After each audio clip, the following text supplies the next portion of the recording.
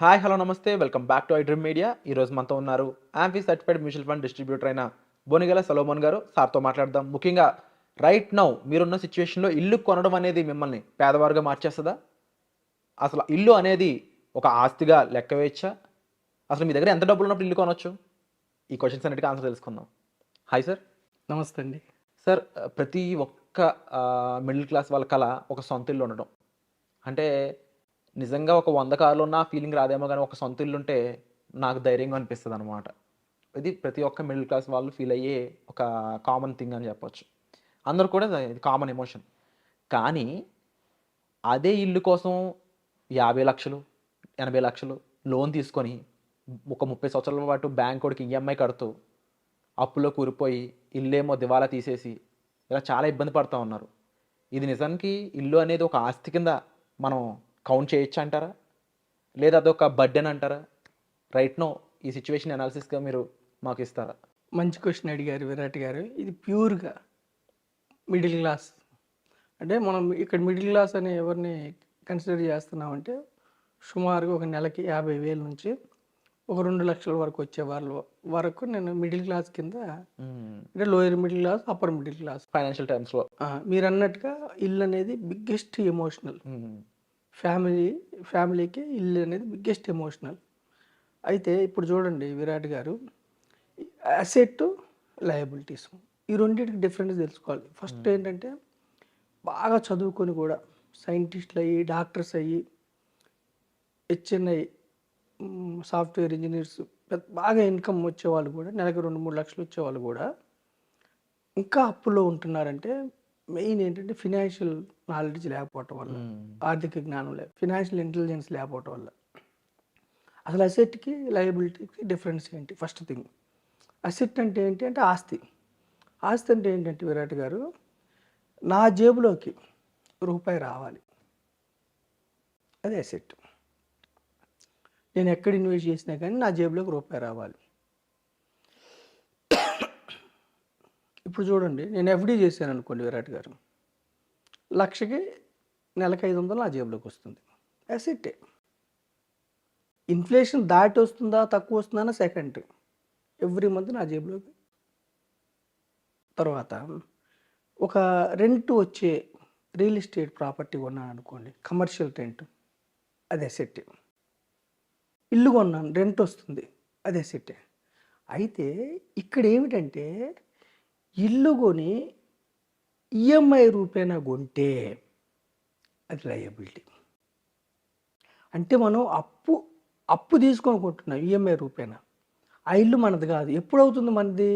అప్పు తీరిన తర్వాత మనది అవుతుంది.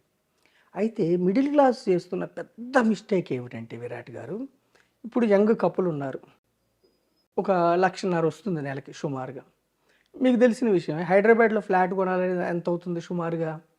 సుమారుగా ఫ్లాట్ కొనాలంటే ఎంత? ఒక 1 CR అవుతుంది.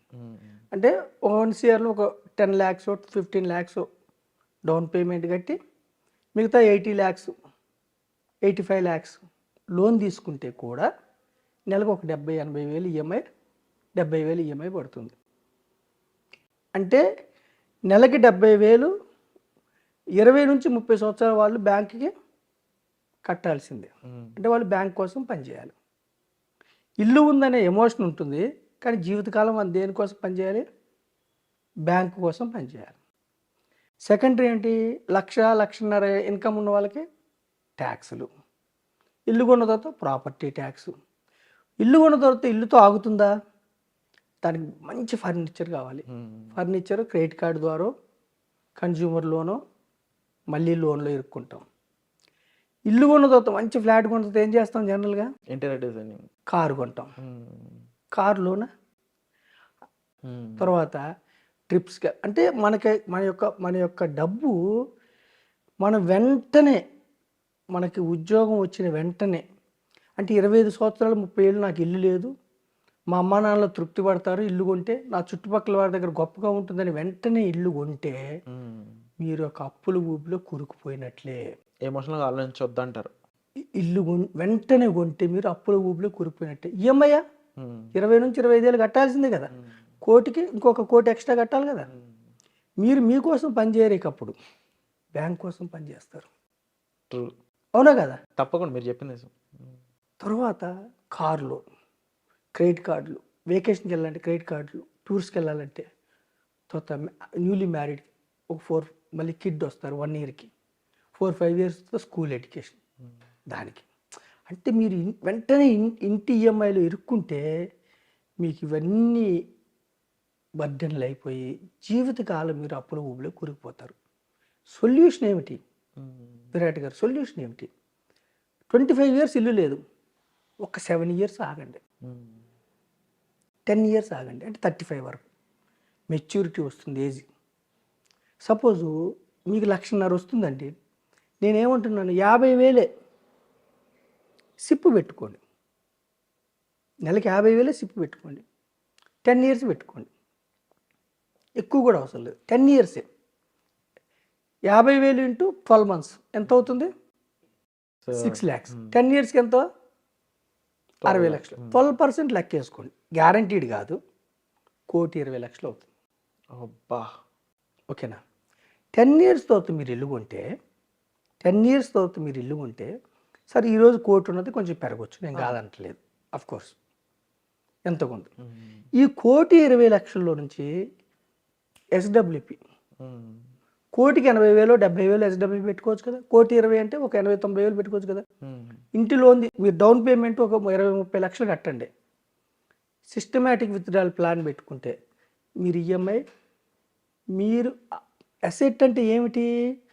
మీకోసం డబ్బును సమకూర్చి పెడుతుంది. మీరేం చేశారు? ఫస్ట్ మీ చేతిలో వచ్చిన 1,50,000 నుంచి 50,000ని మీ మనీయే మీకు మనీ సమకూర్చాలి, డబ్బును సమకూర్చాలి. కాబట్టి మీరు ఇన్వెస్ట్ చేశారు.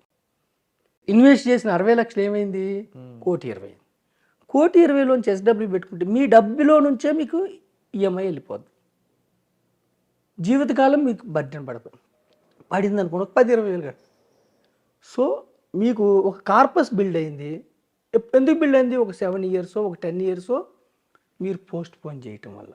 అంటే సార్ అప్పు చేసి మరి ఇల్లు కొనడం అనేది కరెక్ట్ కాదంటారు. వెంటనే మీకు ఒక మంచి డీసెంట్ జాబ్ కానీ, ఒక డాక్టర్ కానీ వెంటనే వద్దు, మీరు ఒక ఎసెట్ బిల్డ్ చేసుకోండి. ఎసెట్ బిల్డ్ చేస్తే ఆ ఎసెట్ మీకు మళ్ళీ మీ డబ్బుని మీ జేబులో పెడుతుంది, డబ్బుని మీకు ఈఎంఐకి వెళ్తుంది. ఓకేనా విరాట్ గారు? అప్పుడు మీరు ఇంట్లోకి వెళ్తే ఇల్లు మీద అయిపోద్ది. మీరు ఈఎంఐ మీకు మీ దగ్గర వచ్చే 1,50,000 మళ్ళీ ఇన్వెస్ట్ చేసుకోవచ్చు, మీ అసెట్ పెరుగుతూనే ఉంటుంది. ఈఎంఐ ఊబుల్లో ఇరుక్కోవద్దు. ఫస్ట్ మీరు అసెట్ బిల్డ్ చేసుకోండి. 10 ఏళ్ళ తర్వాత, సపోజు 10 ఏళ్ళ తర్వాత ఉద్యోగం పోయిందండి, అయినా మీ అసెట్ నుంచి ఈఎంఐ కట్టచ్చు. మనకి 10 ఏళ్ళ తర్వాత సార్ ఇల్లు కొనలేదు, 10 ఏళ్ళ తర్వాత ఉద్యోగం పోయింది, 1,50,000 అయింది, జీవితకాలం మీకు 70-80,000 పెన్షన్ లాగా తీసుకోవచ్చు. అంటే మిడిల్ క్లాస్ వాళ్ళు చేసే మిస్టేక్స్ ఏమిటంటే, కష్టపడి పైకి వస్తారు, కారు లేకపోవటం వల్ల 25 ఏళ్ళు 30 ఏళ్ళు వెంటనే జీతం పెరగంగానే కారు అనుకుంటారు. ఒక 5 ఏళ్ళు ఇన్వెస్ట్ చేసిన తర్వాత డబ్బు పెరిగాక దాంట్లో నుంచి కారు, ఈఎంఐ దాని నుంచి రావాలి, ఎసెట్ నుంచి ఈఎంఐ వెళ్ళాలి. మనం ఏం చేస్తాం? మనం హార్డ్ ఎర్నడ్ మనీ నుంచి ట్యాక్సులు కడతాం. అంటే ట్యాక్సులు కడుతున్నాం అంటే ఏంటి? గవర్నమెంట్ కోసం పనిచేస్తున్నాం. ఈఎంఐలు కడుతుంటే ఎవరి గురించి పనిచేస్తున్నట్టు? బ్యాంకు గురించి పనిచేస్తున్నాం. ఈఎంఐలు ఊబిలో మనం చిక్కుకుంటే, క్రెడిట్ కార్డులు, జీవితకాలం మన యొక్క లైఫ్ మన చేతిలో ఉండదు, బ్యాంకుల చేతిలో. అంటే ఎప్పుడు కూడా ఎసెట్ బిల్డ్ చేసుకోవడానికి ట్రై చేయండి. అది రియల్ ఎస్టేట్ ద్వారా కూడా ఎసెట్ బిల్డ్ చేసుకోండి. కానీ ఎలా ఉండాలంటే, మీరు కొనే ల్యాండ్స్ లిక్విడిటీకి ఇబ్బంది రాకూడదు, వెంటనే అమ్ముడుపోయే దగ్గర కొనుక్కోవాలి. రెండోది, రియల్ ఎస్టేట్ ఎప్పుడు కొన్నా కానీ ప్యాసివ్ ఇన్కమ్, మనకి రెంట్ రావాలి, కమర్షియల్ రెంట్ రావాలి, అలా ఉండాలి. జేబులోకి మీకు డబ్బు రావాలి, జేబులోంచి పోకూడదు. లయబిలిటీస్ ఏంటి? మన జేబులోంచి 1,50,000 వస్తున్నాయా? Car loan, house loan, consumer loan, vacation ఈఎంఐలకే పోతాయి. అట్లా పోతే కిడ్స్ కోసం ఎడ్యుకేషన్ లోన్ అట్లా పోవద్దు. అసెట్ బిల్డ్ చేసుకున్న తర్వాత మీరు ప్రాపర్టీస్, మన హౌస్ కొనుక్కుంటే అప్పుడు మీకు అసెట్ అయింది. అదే మీరు అసెట్ బిల్డ్ చేసుకోకుండా ఇల్లు కొంటే ఈఎంఐల ద్వారా, మీకు ఇల్లు ఆస్తి కాదు, లయబిలిటీ, అప్పు, బాధ్యత. సో మిడిల్ క్లాస్ ఏం చెప్తున్నానంటే నేను ఫస్ట్ మీ ఎమోషన్ ఒక 5 ఏళ్ళు ఆపుకోండి, ఒక 7 ఏళ్ళు ఆపుకోండి, అసెట్ బిల్డ్ చేసుకోండి. 12% రాలేదు, 10% వచ్చింది. 60 లక్షలు 1,20,000కి బదులు 1,00,00,000 అవుతుంది. 8 లక్షలు 8% వచ్చింది అనుకో 90 lakhs. మీకు అసెట్ ఉంటే భరోసా ఉంటుంది. అదే మీరు అప్పులు పెట్టుకుంటే దిగులు ఉంటుంది. మిడిల్ క్లాస్ చేసే మిస్టేక్స్ ఏమిటంటే ఎమోషనల్, ఇల్లు కొనొద్దని నేను అనట్లా, అసెట్ బిల్డ్ చేసుకుంటూ ఒక 5 ఏళ్ళు పోస్ట్ పోన్ చేసి 8 ఏళ్ళు పోస్ట్ పోన్ అసెట్ బిల్డ్ చేసుకునే కొనుక్కోండి. మీకు భరోసా ఉంటుంది, గౌరవం ఉంటుంది. మన పక్కింటి వాళ్ళు కొన్నారనో, మన ఫ్రెండ్స్ కొన్నారనో, మనం వాళ్ళని చూసి మనం పోటీకి వెళ్ళి ఆపర్చునిటీస్ ఎప్పుడు ఉంటాయి, మన కాళ్ళ కిందే ఉంటాయి ఆపర్చునిటీస్, ఎప్పుడు ఉంటాయి ఆపర్చునిటీస్. మనం వాటిని గమనించాలి. ఆపర్చునిటీస్ వెయిట్ చేయండి, అసెట్ బిల్డ్ చేసుకోండి, అప్పుడు కొనండి. అప్పుడు మీకు ఇల్లు ఆస్తి అవుతుంది. అసెట్ బిల్డ్ చేసుకోకుండా ఇల్లు కొంటే మీకు అప్పు అవుతుంది, లయబిలిటీస్ అవుతుంది. సో మిడిల్ క్లాస్ ఈ మిస్టేక్స్ చేయకుండా జాగ్రత్త పడమని మనం మన యొక్క ఐ డ్రీమ్ ద్వారా మనం సందేశం ఇస్తాం. Wonderful information sir. చాలామందికి నిజంగా మీరు చెప్పినట్టు ట్రెడిషనల్ అసెట్‌కి కూడా దీన్ని చూస్తారు. బట్ ఈ ట్రెడిషనల్ అసెట్‌లో కూడా ఇంకా ఇల్లు అనేది లేదు. అండ్ డెఫినెట్‌లీ లయబిలిటీగా మారిపోవడం కూడా జరిగింది. అండ్ మరీ ముఖ్యంగా ఇది మనల్ని అప్పుల ఊబిలోకి గెంటేస్తుంది అనే ఒక సారాంశాన్ని మాకిచ్చి కళ్ళు తెరిపించినందుకు కూడా థ్యాంక్ యూ సార్. ఇది ఒక ఐ ఓపెనింగ్ మెసేజ్ అని చెప్పడంలో ఎటువంటి డౌట్ అయితే లేదు. ఇలాంటి ఎంతో వాల్యుబుల్ సజెషన్స్ కోసం మీరు డిస్‌ప్లే అవుతున్న నెంబర్స్ కాల్ చేసి సొలొమోన్ గారి యొక్క సజెషన్స్ మీరు తీసుకోవచ్చు పర్సనల్ అపాయింట్మెంట్స్ ద్వారా. సో వచ్చే ఎపిసోడ్‌లో మళ్ళీ కలుద్దాం. Thank you so much.